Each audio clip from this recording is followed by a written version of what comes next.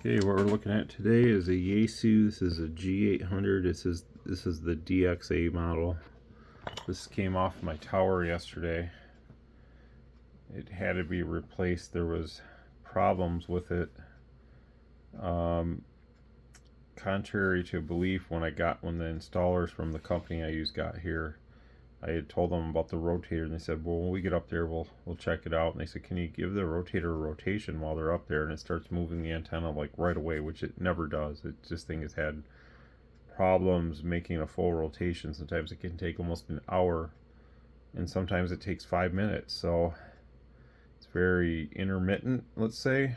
But yesterday, nonetheless, it turned pretty much at will. So they didn't really think what I was saying was maybe truthful, although I think they believed me, because obviously why would I want to spend money on a new rotator and ask them to put it up there if I didn't truly need it, which I did. So I'm moving the rotator right now.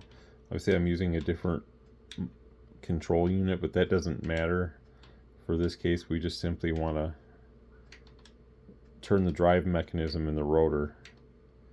I'm using 100 feet here of the Yaesu supplied cable that came with the G-800. Now the G-800 isn't on the tower, but one day that'll hopefully be on my Carlson communication roof tower.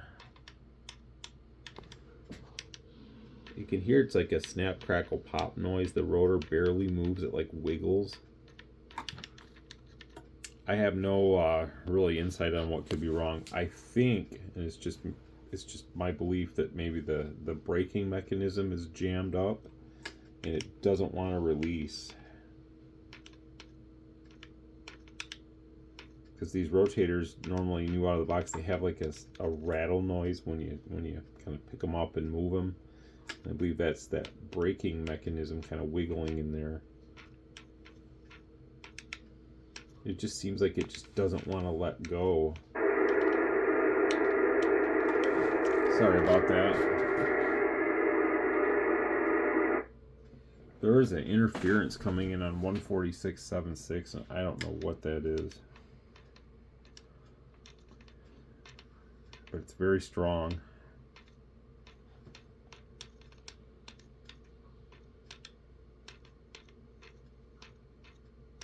So you can see it moves ever so slowly. I'm not going to bore everybody with a super long video, but the rotator has been in service for about 2 years, maybe just a little over. I wouldn't say I'm very happy with, based on what I've seen with this. And to be quite honest, this is the worst I've ever seen it. But then again, a lot of times what I've done is I've just, with these rotators, you have the option to just kind of turn it in a said direction and hit this, and eventually you'll get your rotation automatically. You can set it to the degree heading that you're looking for.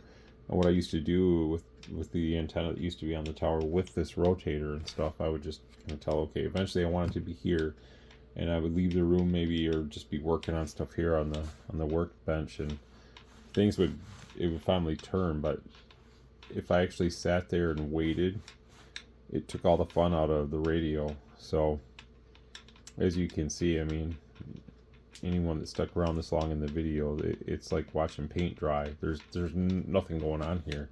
We have the speed in the fastest setting here, so the controller works fine. We've ruled that out. The G-800 controller off to my left there, that worked fine. So calibrated brand new G-800 DXA.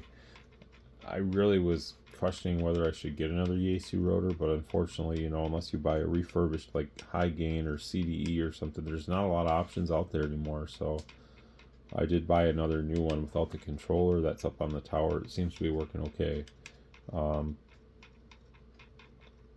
I really hope that this is still under warranty so I could send it out and possibly get it fixed, but I have a feeling it's not. Probably with anything, you get like maybe a year warranty. I'm not really sure. And I'll try to contact Yaesu and see about what they'd say. Probably I need to send it out, and then they're going to charge me parts and labor and return shipping, which at that point it's better off just to sell it for scrap. Maybe somebody can fix it themselves or something, you know. I don't know if there's guys out there that refurbish Yaesu rotors or not. I know there are guys that refurbish the CDE and ham style rotors, high gain, stuff like that. I think they were called high gain ones. Probably not though. I think it was CDE. I used to have a ham 3 that was a refurbished model, and that was like a tank.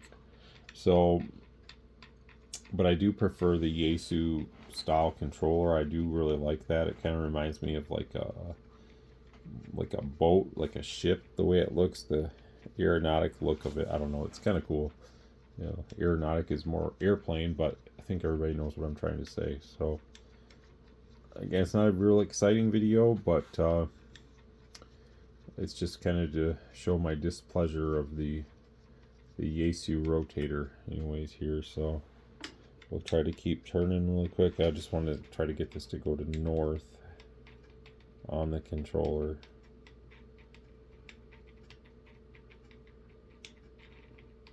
See how slow it moves? Hey, there it goes, finally.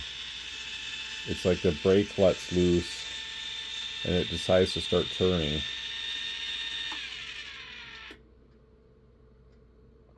Go back the other way.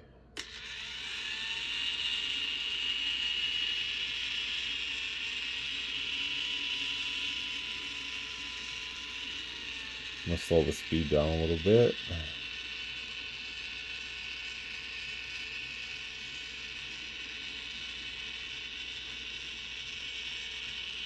I wonder if anyone's ever ran into this problem. Okay, we've reached our stop point. Come back around.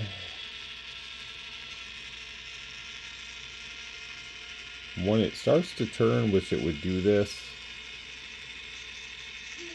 for about the last year I've been doing this, it functions properly, but it's getting it to turn is the main headache of it. The controller, the tower climbers thought maybe it was the coax that was binding up there, because the coax loop that they made for the antenna did kind of come off, and the coax was kind of wrapping around the tower, but it wasn't that. I knew it wasn't that. That's what they said, but you know, based on the fact that the rotor turned when they asked me to turn it, I kind of think maybe they thought I was, you know, telling stories about the rotator. But as we've clearly seen on the video, now we're in the overlap position, which is fine since we don't have anything to worry about there, but it's very odd. I should stop pretty soon. Yeah. So, as you can see, it starts to appear normal. And one would think maybe that's not the rotator. When it starts to do this, you would think maybe there's something wrong with like your thrust bearing or rotator cable or controller or anything else. So, but as I've come to learn now, it definitely was the rotator the whole time. So this is brand new cable. This is a brand new controller. I've used the DXA 2800 like once or twice just to calibrate it with this box, but that's not in service right now, the 2800. So anyways, if you've ever seen this happen to a Yaesu rotor, leave a comment. If you know anything about Yaesu's warranty on the rotators, let me know. I'm going to look that up very soon and try to do some research. I don't know if this is worth sending out to get fixed. If there's anyone that does it like on the side that's worthwhile, maybe drop me a link on the comments about who maybe would be able to diagnose this and fix it. I'm not really one to want to really take this thing apart and really start to look inside, and it could be something simple though. It's hard to really know. Since I have a working unit, I'm not really too worried about getting this fixed, but I would like to, because obviously it was a costly piece of gear, and you would expect something to last, you know, more than a couple of years at least. So hopefully that doesn't happen to anybody else. That's all I can say. I know there's been other problems with said Yaesu rotators, and you see some other videos and stuff on the internet. So I don't think anything's perfect, but I would think after a couple of years you shouldn't be running into problems. 73.